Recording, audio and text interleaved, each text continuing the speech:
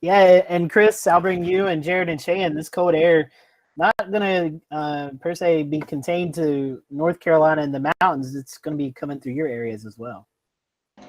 Yeah, that's right, Scotty. I'll jump in here and get the Midlands and kick it down to Shay and Jared. But looking really, throughout this weekend, a couple of systems going to move through Thursday, and then I think another one again this weekend. But I think really the Midlands and maybe portions of the Piedmont, the upstate of South Carolina, is probably not going to see much rainfall this weekend. It looks like the moisture is just going to be really limited. And I'm going to share a few graphics here with you guys before I kick it over there and look at the day 10. Some of the ensemble stuff. You start to see a big trough develop over the Midwest and the eastern part of the United States, and that's going to be a really big trough with some cross polar flow. And what happens is Siberian air is able to spill over the North Pole and come straight down through Canada all the way to the East Coast unimpeded. And one thing that may help that, especially going forward, this is the day 7 snowpack, and with a big weekend snowstorm expected across the Great Lakes, maybe with a couple other systems, the deeper the snow gets and the more snow that we have, the colder the air is going to be able to stay as it moves south towards South Carolina.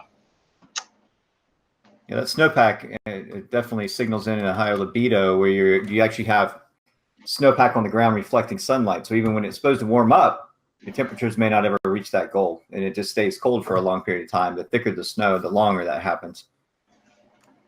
Yeah. So Jared, did you want to start out for Charleston on rainfall, or? Well, I think the first thing to talk about is that, yes, we're going to see yet another round of rain just timed perfectly for the weekend.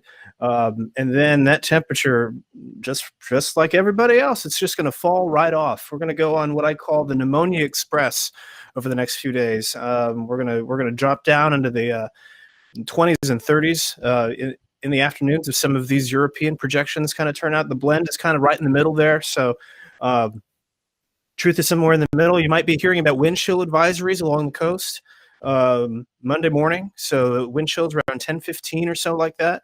So definitely some bitter coldest it's been since our 2018 snowstorm. So something to keep in mind as you prepare to head out Monday morning. And then we're going to swing right back up into the middle of next week. It's going to get right back into the 60s. And then there's going to be another round, and we're just going to be on this just roller coaster and just stay cold. I just wish it would stay cold, but that's just the way it is. So I've actually been looking at some of the wind chill prognostications, and yeah, it's going to be pretty wintry. Winter is definitely coming, especially for Monday morning, and then we'll see how things evolve over the next couple weeks. But overall, if you look at the climate trends, we're in for generally, below normal temperatures. So, the money you spend on all that winter clothing is not going to go to waste.